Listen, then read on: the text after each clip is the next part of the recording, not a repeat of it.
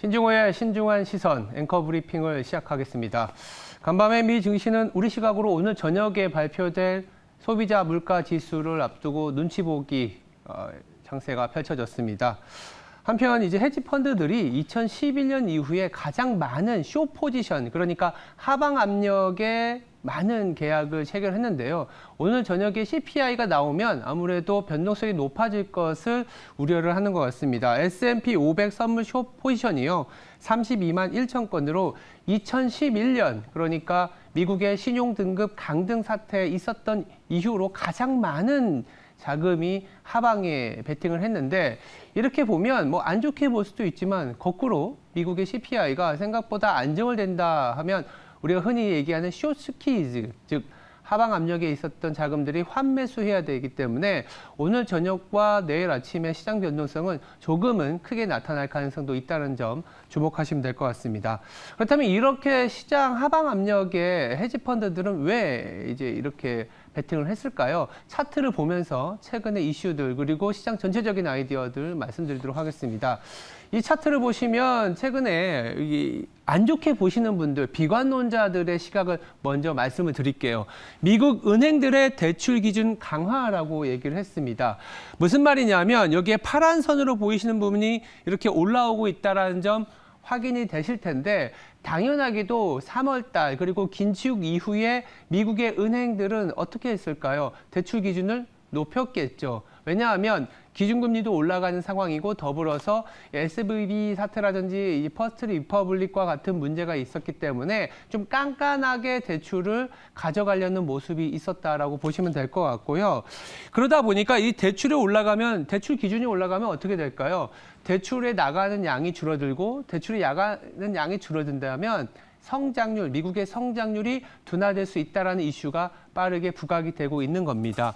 1980년부터 보시면 대출 기준이 강화되고 나서 이 뱅킹 랜딩, 즉 대출 증가율이 떨어지는 모습이 나타났었는데, 이런 대출 증가율이 떨어진다라면 미국의 성장률이 하락하고, 그러면 CPI든 뭐 CPI가 낮게 나오더라도 디플레이션 압력이 높아진다. 높으면 긴축을 더 가져가야 된다. 이런 아이디어 때문에 S&P 하방 압력을 강하게 보고 있다라고 보시면 될 것 같습니다. 다만 여기서 우리가 한 가지 더 체크해 봐야 되는 거는요.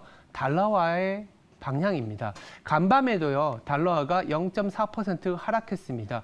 우리가 보통 금 가격이 오르게 되면 안전자산 선호라고 해석을 하지만 중요한 건 뭐냐면 금 가격이 오를 때 안전자산 선호가 나타나려면 세 가지가 같이 올라야 돼요. 달러화가 같이 올라가줘야 되고 채권 가격도 같이 올라가줘야 됩니다만, 최근에 금 가격이 올라간 거는 달러화가 약세를 보이면서 상대적으로 미국의 성장률이 둔화되는 그런 포인트로 넘어가고 있다는 거죠. 그러다 보니까 미국은 최근에 시장이 별로지만 우리나라는 어제 보시면 아시겠지만 2,500 중반까지 올라섰지 않습니까? 그래서 달러화가 생각보다 나쁘지 않게 하방 압력에 놓이는 상황이라면 미국은 안 좋지만, 그리고 비싼 미국보다는 다른 나라로 보자라는 시각이 강해지고 있는 겁니다. 그래서 최근에 어제 IMF도 전망치를 내놨고 글로벌 IB들도 이 미국이 아닌 미국 외 성장에 주목하는 이유에 대해서 한번 말씀을 드려볼 텐데, 다음 차트를 보시면은요,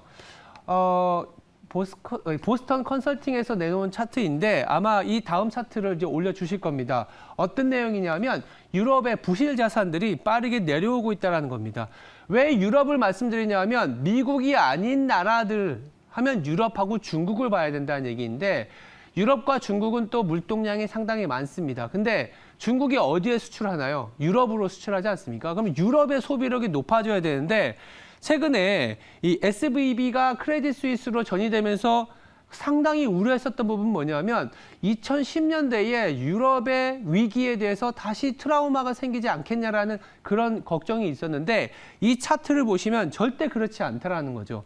왼쪽에 보시면 차트가 우상향하는 걸 확인할 수 있을 겁니다. 우상향한다? 이게 뭐냐 하면 NPL, 즉 무수익 여신이거든요. 부실 자산이라고 할 수도 있는 부분인데, 피그스 사태, 그리고 유럽의 남유럽과 동유럽이 어떻게 보면 망할 수 있다라는 그런 위기가 있었던 구간이 2010년이었는데요. 2010년부터 14년까지였는데 그때는 이 부실 자산의 비율이 상당히 높아졌습니다. 최근에 보시면 4% 아래까지 내려와 있죠.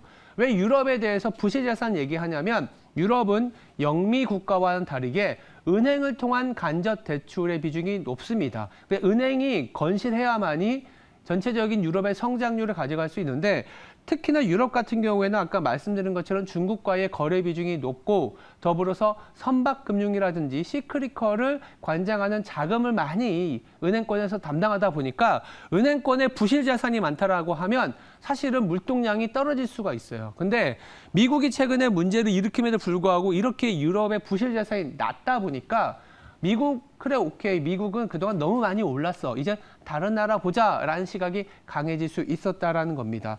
전쟁이 지난해에 터졌지만 그래도 가파른 회복이 가능했던 이유가 바로 이런 부실 자산이 낮기 때문이다라는 얘기를 좀 드려보고요.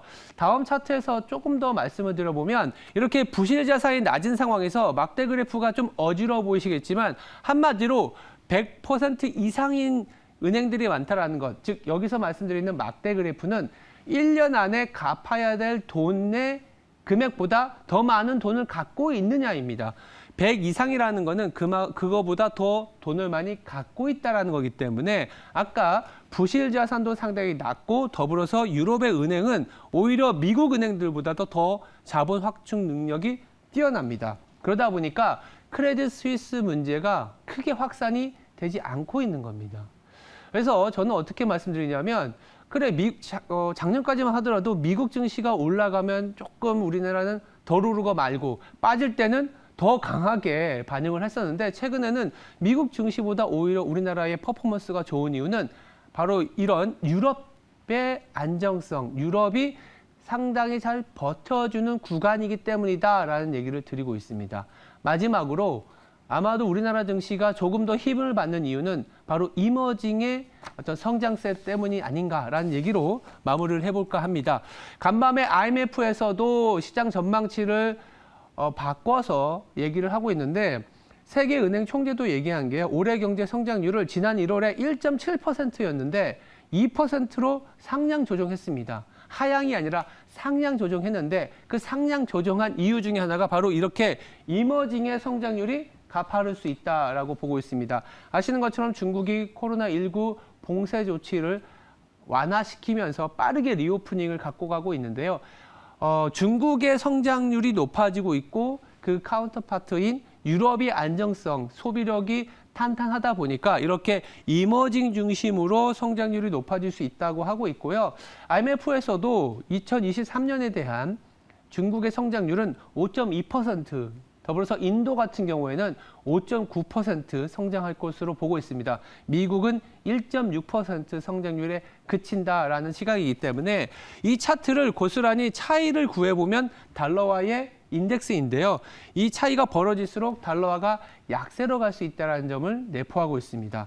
그러다 보니까 오히려 미국의 은행 위기가 은행은 안정성을 구축하고 통화 정책은 이제 막바지에 다다를 수 있다라는 얘기가 나오면서 비트코인도 강세를 보이고 있고 우리나라 주식도 2,500을 넘어서 이제는 2,600을 향하는 모습이 나타나고 있다라고 정리할 수 있겠습니다.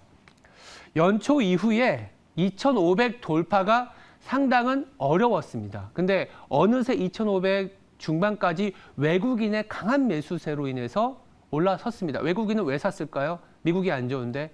미국은 안 좋지만 다른 나라들은 괜찮다는 시각에서 사들이고 있다라고 보시면 될 것 같습니다. 2,600, 2,700까지 가는 모습까지 기대하면서 오늘 하루도 성투하시기 바랍니다. 감사합니다.